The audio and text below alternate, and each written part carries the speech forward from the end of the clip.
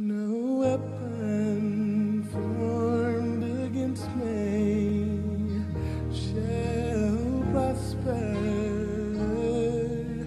It won't work. No weapon. Good morning, everyone. Can we give it up one more time for the dancers? That was such a cool dance.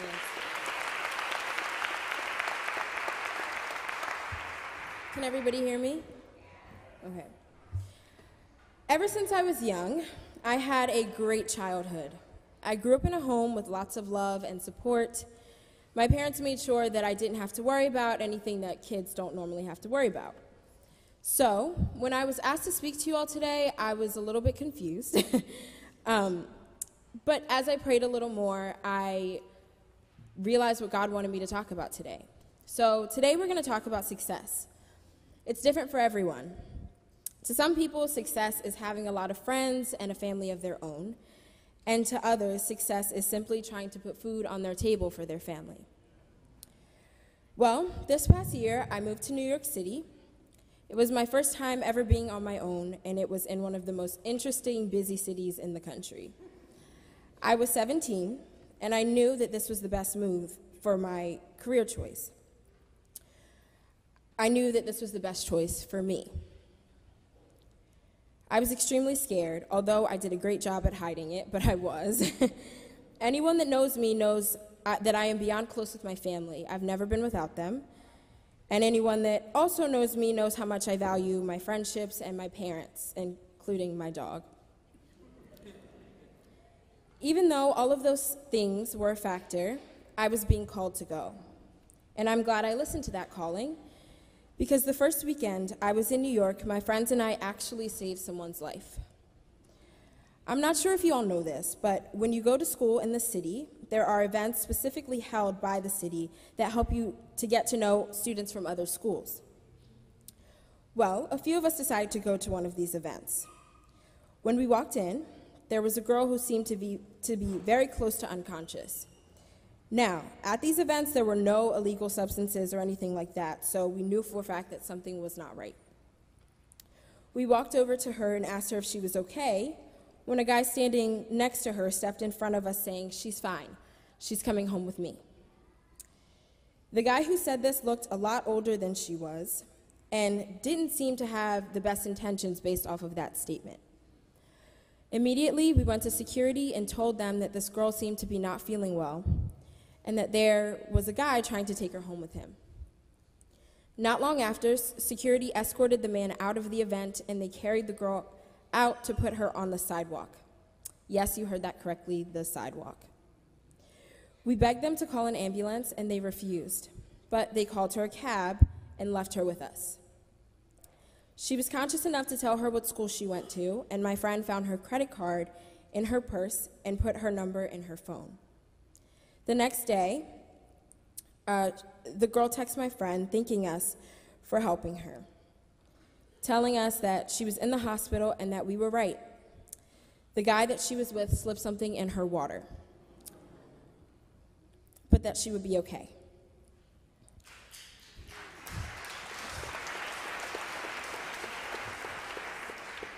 Now, this wasn't the ideal situation that I thought I would be faced with my first week going to college, but it was the perfect reality check. It showed me that even though success was so close that I could touch it, there were rules to it. The first rule: watch who you surround yourself with.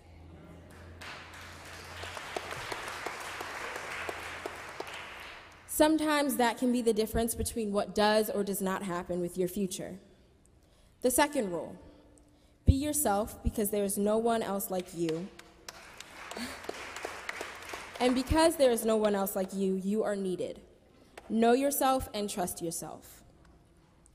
When I accepted the offer to the acting program that I attend, I knew that I would be the only one of me. When I say that, I mean I knew that there wouldn't be a lot of black women in my program, and I was right.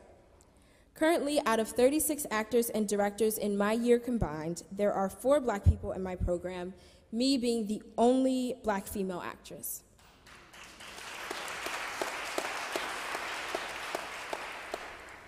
In the year before me, only 2.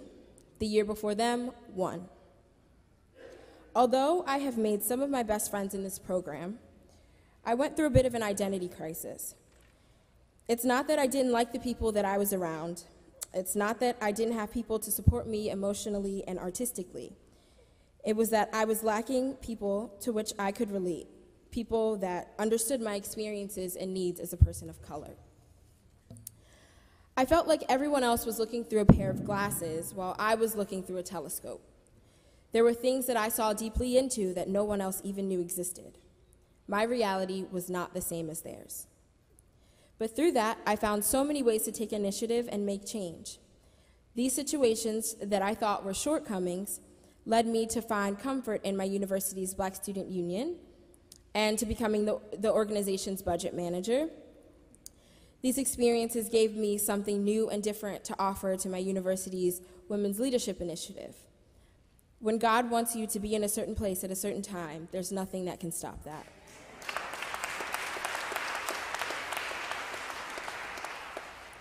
That brings me to rule number 3, picking and choosing your battles. There's a certain amount of life that is meant to be, and there are some things that we choose, free will. I think choosing your battles has a lot to do with professionalism. There will be things that bother you in a certain work environment that you must let pass. This rule goes along with rule number 2, be yourself because there is no one like you. When you know your worth and your value, when you are confident in what you bring to the table, when you know where you come from, when you stand firm in your truth, anything or anyone that tries to challenge that will slowly fade away. It is important that you know why you are where you are, and that will make everything worth the small issues and shortcomings. Just remember that fighting the wrong battle can lead to more small issues and shortcomings than what you intended originally. I had an uncle pass away this year over an argument. He was killed because neither of them knew how to pick or choose their battles. Speaking of death, dealing with the complexity of life was something that really somewhat startled me this year.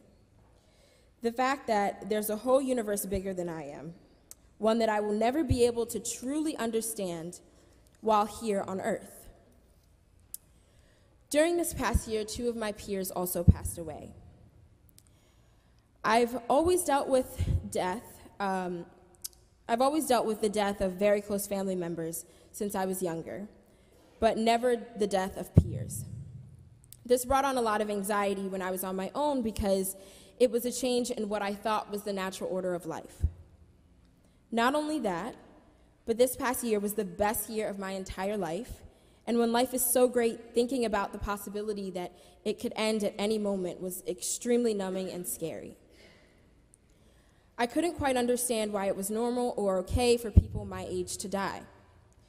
People that had so much going for them, had so much living to do. It was during this time that I learned the 4th rule, accepting life's circumstances.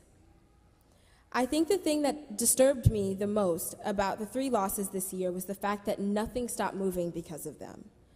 Nothing ever stops moving, no matter how important or talented or beautiful or smart they were.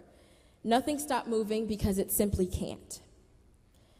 I think this was the first time that I dealt with death while I was away from home, where people have a different belief system than I do. Because of this, I found it hard to find comfort. Usually when something like this happens, I am surrounded by God-fearing humans that believe that everything happens for a reason. I'm usually in my home and can sleep on my parents' floor next to my dog if I'm uncomfortable or restless. Without these factors, everything seemed a bit morbid.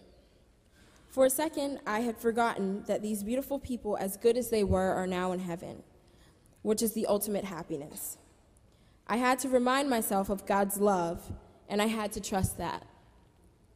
I realized that in situations like this, calling on Jesus is the only thing that will bring me peace.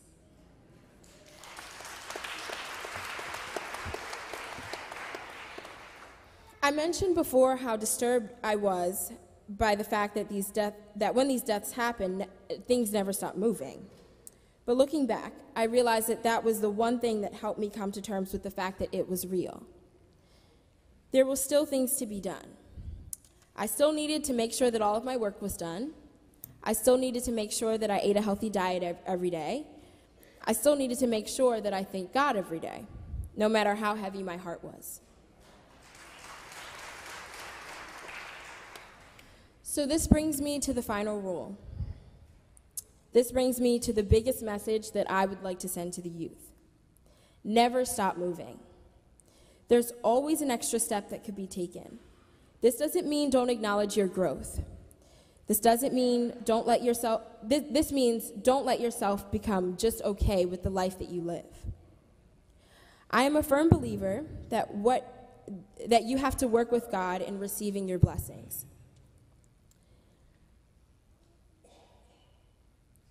You can't just sit and wait for life to happen to you. You must make decisions. Find something you're interested in, get really good at it. It doesn't matter what it is, just do something. There are enough spaces for all different types of talent and knowledge. All of it is useful, and don't think for 1 second that it's not. One of my favorite quotes is, "Butterflies and mosquitoes fly in the same sky. It's enough room for both of them to spread their wings." Do not be afraid to try something new. Do not be afraid to try something different. You need to be honest with yourself, because in doing so, you will end up doing what you love, which will lead you to being in the right place at the right time to receive your blessings.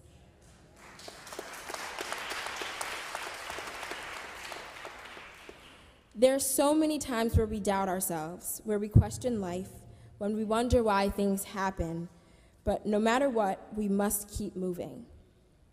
Remember, rule number 1, watch who you surround yourself with. Sometimes that can be the difference between what does or does not happen with your future. Rule number 2, be yourself, because there is no one like you, and because there is no one like you, you are needed. Know yourself and trust yourself. Rule number 3, picking and choosing your battles. Rule number 4, accepting life circumstances. And rule number 5, never stop moving, because with God, no weapon formed against us shall prosper. Thank you.